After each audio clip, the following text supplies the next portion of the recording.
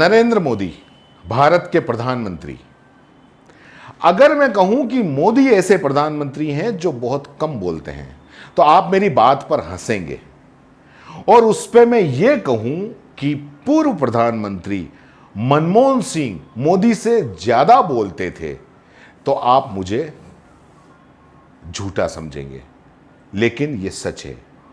जिस लोकतंत्र के मंदिर यानी कि संसद, जिसकी आवाज पूरा भारत सुनता है, यहां से निकले फैसले और आवाज पर पूरा भारत और भारत की जनता यकीन करती है और मानती भी है, वहां पर प्रधानमंत्री नरेंद्र मोदी जी की आवाज नहीं निकलती है।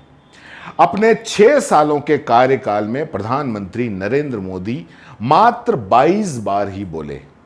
इंडियन एक्सप्रेस की एक कॉलम में यह बात छपी है कि संसद में अब तक सबसे कम बोलने वाले प्रधानमंत्री नरेंद्र मोदी हैं। दरअसल प्रधानमंत्री नरेंद्र मोदी का संसद में बोलने में प्रधानमंत्री नरेंद्र मोदी को बहुत ज्यादा दिलचस्पी नहीं है, उन्हें सवालों से परेशानी होती है।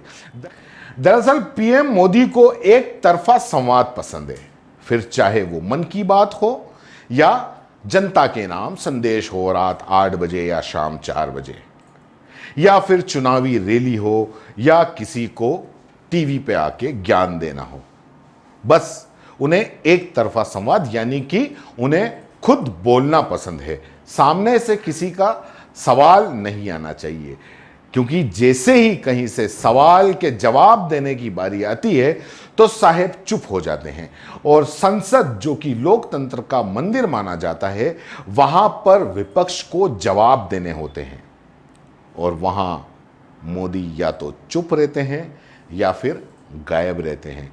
और इसीलिए पिछले 6 साल के कार्यकाल में पीएम मोदी ने संसद में केवल 22 बार बोला है। क्रिस्टोफ जाफरूल और विहांग जुमले की संयुक्त बाईलाइन में छपे इस लेख में कहा कि मोदी सरकार संसद को नजरअंदाज कर रही है। लेख के अनुसार एच.डी. देवगौड़ा, जो सिर्फ करीब 2 साल के लिए ही प्रधानमंत्री थे, उन्होंने भी संसद में मोदी से ज्यादा बार बोला था। बीजेपी के ही अटल बिहारी वाजपेयी ने 6 सालों में 77 बार संसद को संबोधित किया था, जबकि 10 सालों तक प्रधानमंत्री रहे मनमोहन सिंह ने 48 बार संसद में अपनी बात रखी थी। लेख के अनुसार मोदी संसद के बजाय सीधे लोगों से संवाद करने में विश्वास रखते हैं, क्योंकि सामने से कोई जवाब नहीं आता, कोई सवाल करने वाला नहीं होता, सीधा वो ही बोलते रहते हैं और वो ही बोलते रहते हैं, चाहे वो रेडियो के जरिए मन की बात हो या फिर सोशल मीडिया के जरिए सीधे लोगों से जुड़ना हो। लेकिन संदेश देने के इन दोनों तरीकों में एक चीज समान है, और वो ये कि मोदी एक तरफा संदेश देने में ही यकीन रखते हैं, जिसमें सुनने वाला उनसे कोई सवाल नहीं कर सकता। सीधी बात कही जाए, फिर एक बार तो मैं कहूँगा कि मोदी सीधे सीधे संसद को नज़रअंदाज कर रहे हैं।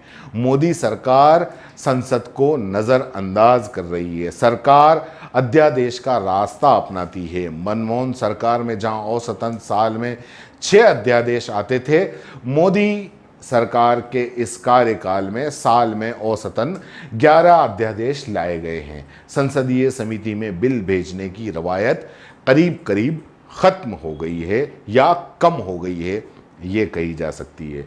तो लोकतंत्र के इस मंदिर का किस तरीके से मान रखा जा रहा है पीएम मोदी द्वारा, मोदी सरकार द्वारा, ये आप खुद देख सकते हैं। जय हिंद, जय भारत।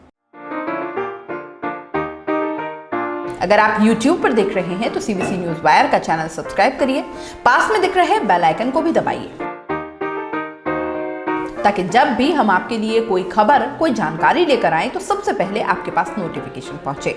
अगर आप Facebook पर देख रहे हैं तो CBC वायर का पेज लाइक करिए। अगर आप Instagram पर देख रहे हैं तो आप हमें फॉलो कर सकते हैं।